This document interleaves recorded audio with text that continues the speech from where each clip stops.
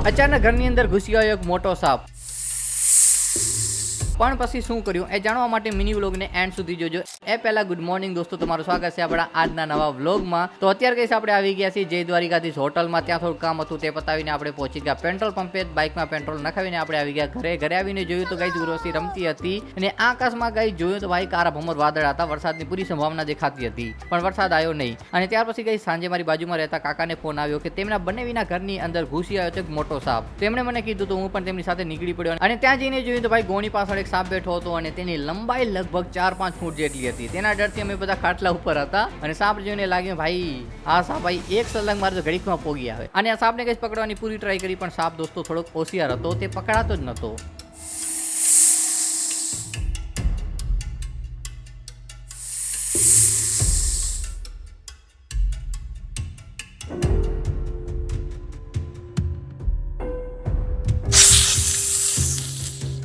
પછી ગમે તેમ કરીને કહીશ તે સાપને અમે બહાર લઈ ગયા અને ત્યાંથી કઈ સાપને ભગાડી દીધો. જોમાં આવી ગયો તો એને પકડીને કઈ થોડાક દૂર મૂકી આવત. અને આ સાપે કઈ મને ખૂબ જ મહેનત કરાવી. તો આજના મિની વ્લોગ માટે જ વ્લોગ સારો લાગ્યો તો લાઈક શેર અને સબસ્ક્રાઇબ કરવાનું ભૂલતા નહીં.